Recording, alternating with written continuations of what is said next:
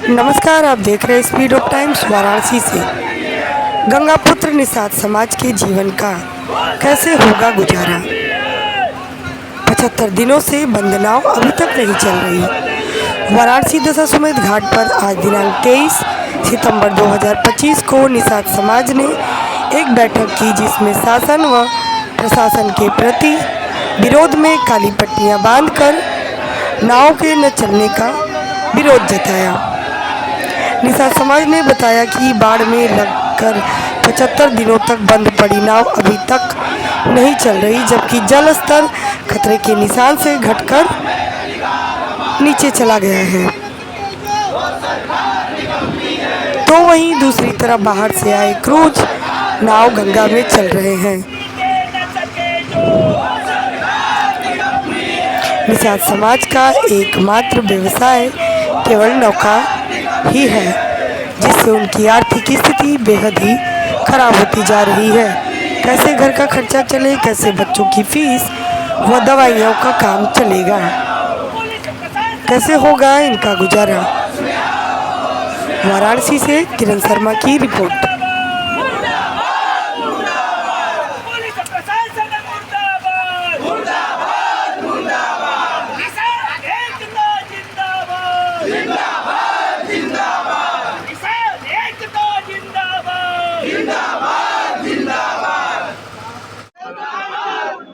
मैं प्रमोद माझी, अध्यक्ष गंगा निषाद सेवा न्यास सेवक माझी से।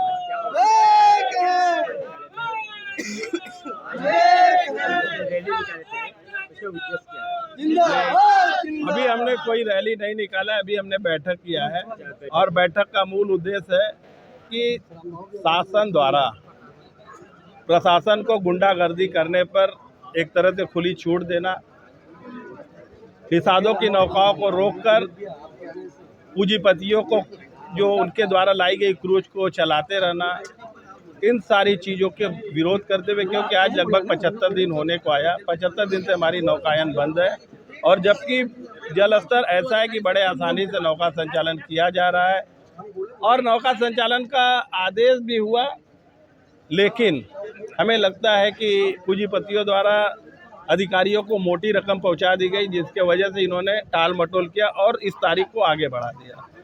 तो इन सारी चीज़ों से एक तरह से हम लोग परेशान होके आज मजबूरन हम लोगों ने लोगों को इकट्ठा कर बैठक किया है। बीच में आप लोग को जो उनके द्वारा जो है किट भी बंटवाए थे, जो बच्चे यहाँ पे जो किट भी बंटवाए थे, राशन।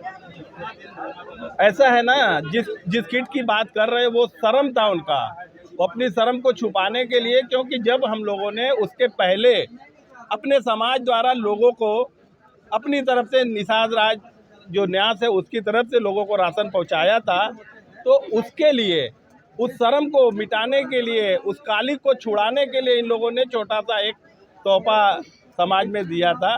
तो ये तो उस काली को छुड़ाने के लिए था, क्योंकि हमने दिखाया था कि मैं आपको आईना दिखा रहा हूँ और आईना देख लो कि हम कितने परेशान हैं। तो उस परेशानी को देखते हुए उन्होंने उस काली को छिपाने के लिए, उस काली को मिटाने के लिए एक छोटा सा राशन का। आप संतुष्ट नहीं है हालात आपको जो इस वक्त चल रहा है, 75 दिन से कष्ट के झेलते चले आ रहे हैं, उसी के संबंध में आज एकदम सही।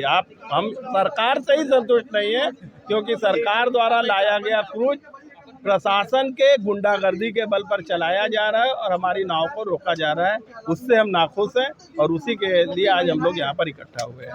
क्या उम्मीद क्या करते हैं? उम्मीद क्या करना है, उम्मीद ऐसे लोगों से क्या उम्मीद करना है। अभी ज़रूरत पड़ेगी तो हम अपनी नावें तो हमारी बंद है, ज़रूरत पड़ेगी तो क्रूज को भी बंद करवाने का हम लोग काम करेंगे। लगभग देखा जाए तो जो सरकार की नज़र में किरकिरी हो रहा था, कुंभ मेला में हम लोगों ने कुछ कमा लिया था और उसमें जो हमने थोड़ा बहुत जेवर भी बनवाया था, तो इस 75 दिनों में उसको भी हमको बेचना पड़ा है।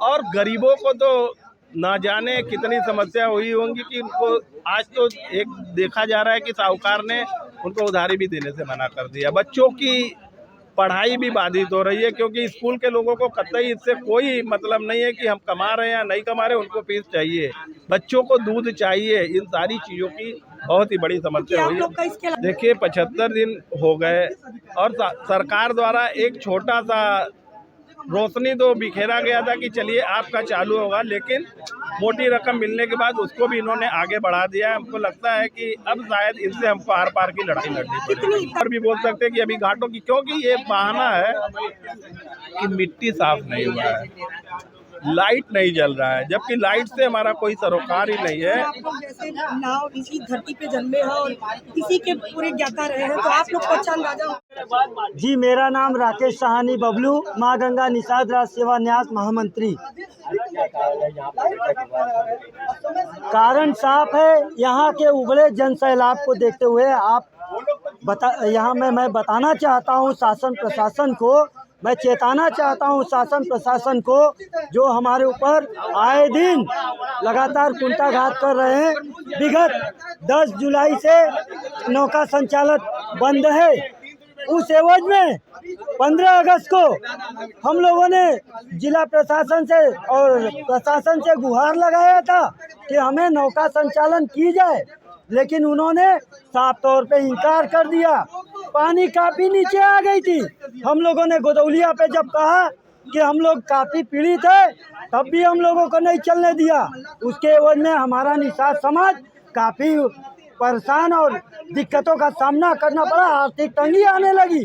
तो यहाँ पे हम लोगों ने 350 लोगों को राशन बंटवाने का काम किया, लेकिन उसके बाद लगातार नौकाएं बंद रही।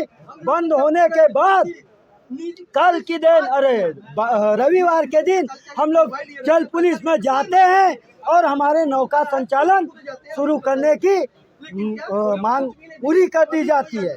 जल पुलिस में एडवाइजरी जारी कर दिया जाता है कि मंगलवार को आपकी नावें चलेंगी और पूरा निषाद समाज उत्साहित होता है।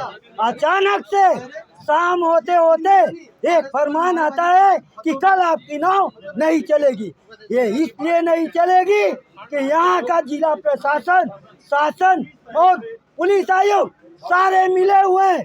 पूरे निषाद समाज के नाव को बंद करके वो अपना पूंजी जो है कि पैसा बढ़ाना चाहते हैं।